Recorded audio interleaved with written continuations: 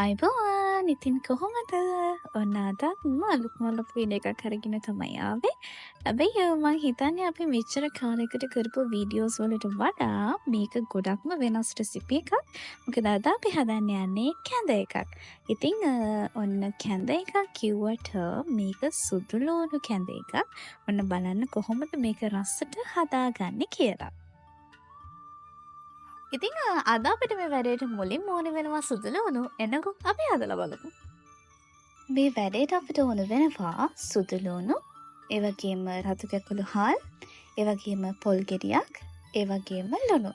රතු හාල් වලින් අපි ග්‍රෑම් 80ක් වගේ තමයි අරගන්නේ. ඒ කියන්නේ ග්‍රෑම් ගන්න හරියටම මනින්න බැරි නම් ඔයගලන්ට පුළුවන් අත්මිටවල් දෙකක් විතර රතු කැකුළු හාල් අරගන්න. ඊළඟට මේක හොඳට හොදලා පෙඟෙන්න තියන්න ඕනේ එක රැයක්. ඒ කියන්නේ ඔයගොල්ලෝ කැඳ හදන්න කලින් දවසේ රෑ ඉඳලා මේක හොඳට මේ විදිහට වතුරේ පෙඟෙන්න තියාගන්න ඕනේ. අපිට මේ වැඩේට ඕනේ වෙනවා පොල් කිරි කෝප්ප 4ක් විතර එකක් ලෑස්ති කරලා තියාගන්න. සුදු ලුණු බික් 24ක් විතර මං හරියට මෙතන අරගෙන තියෙනවා. ඒ ටිකත් හොඳට සුද්ධ කරලා අපි පෙඟුරු හාල් ටිකයි සුදු ලුණු ටිකයි එකට බ්ලෙන්ඩ් කරගන්න ඕනේ. හොඳට බ්ලෙන්ඩ් වුණාට පස්සේ ඇතුලේකට දාලා අපි හදාගත්ත පොල් කිරි කෝප්ප 4න් 3ක් විතර එකතු කරගන්න ඕනේ. ඉතින් 4ම නොදැම්මේ උකු ගතිය එහෙට මෙහෙට වුණත් අපිට වෙනස් කරගන්න පොල් කිරි ඉස්සරහදී ඕනේ වුණොත් කියලා. ඉතින් ඔය ඔක්කොම ටික මේ විදිහට අපි එකට එකතු කරගමු. ඊළඟට අපිට ඕන තව පොඩ්ඩක් ලුණු එකතු කරන්න අමතක වෙනවා. ඒ අර කලින් එකතු කරගත්ත ටිකටම අපි ලුණුත් එකතු කරලා මේක මදකින්නේ. ගින්දර ගොඩාක් වැඩි කරගන්න නැතුව මදකින්නේ. අපි මේක බුබුල නගිනකම් හොඳට ලිපේ තියාගන්න ඕනේ. ඒත් එක්කම මේක ලිපේ තියෙන අතරතුරේ හොඳට කලවම් කරන්නත් අමතක කරන්න එපා. එහෙම නැත්නම් උකු ගතිය වැඩි වෙලා මේක කැටි ගහන්න බලයි. ඉතින් ඒ නිසා නිතරම මේක හැඳිගා ගන්න. හැබැයි බැරි වෙලා හරි ඔයගොල්ලන්ගේ කැඳ එක උකු වෙන්න බැලුවොත් අපි බලමු ඉස්සරහට අපිට මොකද කරන්න පුළුවන් කියලා. ඉතින් මේක ලිපේ හොඳට නටනකොටම ඔයගලන්ට සුදු ලුණු සුවඳ හොඳට එනවා. මම කලින් කිව්වනේ අපේ කැඳේ උකු ගතිය වැඩි වුණොත් ඔයගලන්ට පුළුවන් ඉතුරු කරගත්ත පොල් කිරි කෝප්පයක් මේකට එකතු කරගන්න.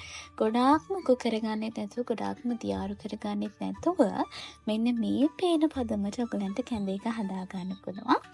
ඉතින් ඒත් එක්කම ඔන්න මම මේකට ගම්බිරිස් ටික කීපයකට එකතු කරගන්නවා. ඉතින් ඔයගලන්ට පුළුවන් ගම්බිරිස් ගොඩ උනත් මේකට එකතු කරගන්න. මෙන්න මේ විදිහට පදම ඇවිල්ලා හොඳට ලිපේ නටනකොට තමයි අපි කොන්න දැන් ලිපෙන් බාගන්නේ. ඔව් ඉතින් ඔන්න විදිහට තමයි අපි සුදු ලුණු කැඳ එක හදාගත්තේ. හරිම සුවඳයි. මම දැන් බීලා පෙන්නන්නම්. ඉතින් සුදු ලුණු කැඳ කියන්නේ මේ කාලේ තාම වටින දෙයක්. මම මේ කාලේ කියලා කිව්වේ අපි හැමෝම දන්නවා අපි මේ ගෙවන කාලේ වසංගත රෝග ගොඩාක් බහුල කාලයක්. සෙම් රෝග උණ චිකන්ගුන්යා මේ වගේ හැම දෙයකින්ම දුර්වල වෙන්නේ අපේ ශරීරය. ඉතින් එලි මහරි වැඩ කරන කෙනෙක් වුණත් නිවසේ ඉන්න කෙනෙක්ට උනත් තමන්ගේ ශරීර සෞඛ්‍ය ගැන අපිට ගොඩාක් අවධානය දෙන්න සිද්ධ වෙන කාලයක් තමයි මේක. ඉතින් ගොඩක් වෙලාවට අපි කැඳ කියලා කියන්නේ අපි ඉස්සර කාලේ තරම අවුරුදු දහස් ගණනක ඉඳලා අපේ ආහාර වේල් වලට එකතු කරගත්ත දෙයක්. ඉතින් කැඳ කියලා කියන්නේ බොහොම ශක්තිජනක වගේම බොහොම ගුණදායක ආහාර අංගයක් අපේ කෑම වෙලට අපි එකතු කරගන්නවා නම්. ඉතින් අපේ ගෘහණියෝනේ පවුලේ නිරෝගීකම, පවුලේ ආරක්ෂාව හැමදේම සපුරන්නේ. ඉතින් ඔන්න එහෙම නිසා තමයි මට හිතුනේ ආහාර වේල් වලින් කොහොමද අපි මේ කාලයට ඔරොත්තු දෙන විදිහට අපේ නිරෝගීකම තියාගන්නේ කියන එක ගැන කියලා දෙන්න ඕනේ කියලා.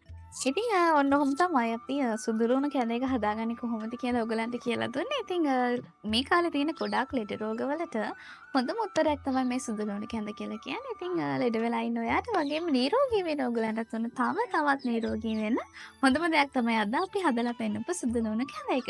ඉතින් අනිවාර්යෙන්ම හදලා බලලා රස කොහොමද කියලා අපිට කියලා වන්නත් උන අමතක කරන්න එපා. ඒත් එක්කම හැමදාම කරන මතක් කිරීම කරන්න ඕනේ. අපේ YouTube channel එක subscribe කරන්න. ඒ විතරක් නෙවෙයි Facebook, TikTok කියන සමාජ මාධ්‍ය වලින් උදා අපිව බලන්න ඔයගලන්ට chance එක දෙනවා. ඉතින් එහෙනම් අදට ගිහින් එන්න අද සතේ තරත් වීඩියෝ එක කරගෙන එනකන් සතුටින් පරිස්සමින් ආදරයෙන් ඉන්න සුබ දවසක්.